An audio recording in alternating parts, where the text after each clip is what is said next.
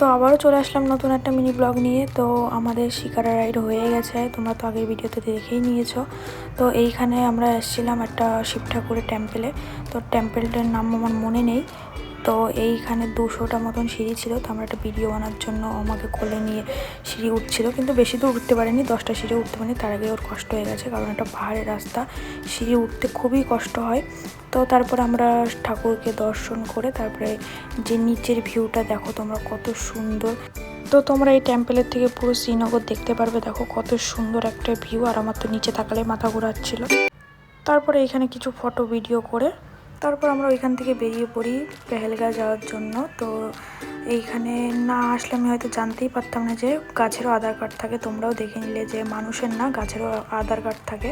তো এইখানে আমরা একটা ব্যাটের ফ্যাক্টরিতে দাঁড়িয়েছিলাম, কারণ আমাদের বাড়িতে অনেক বাচ্চা আছে দুটো, তাদের জন্য খেলনা বা কোনো কিছু কেনা হয়নি, তাই ভাবলাম আমরা ব্যাট নিয়ে যাই ওদের জন্য। তো এই দেখো এইখানে ব্যাটগুলো তৈরি করা হয় ওর জন্য, এখানে খুবই কম দাম ব্যাটের। তো এইখান থেকে আমরা তারপর বেরিয়ে গেছিলাম। তো পরে যা যা করেছি তোমাদের সাথে শেয়ার করবো। নেক্সট মিনি ব্লগের জন্য অপেক্ষা করো। টাটা।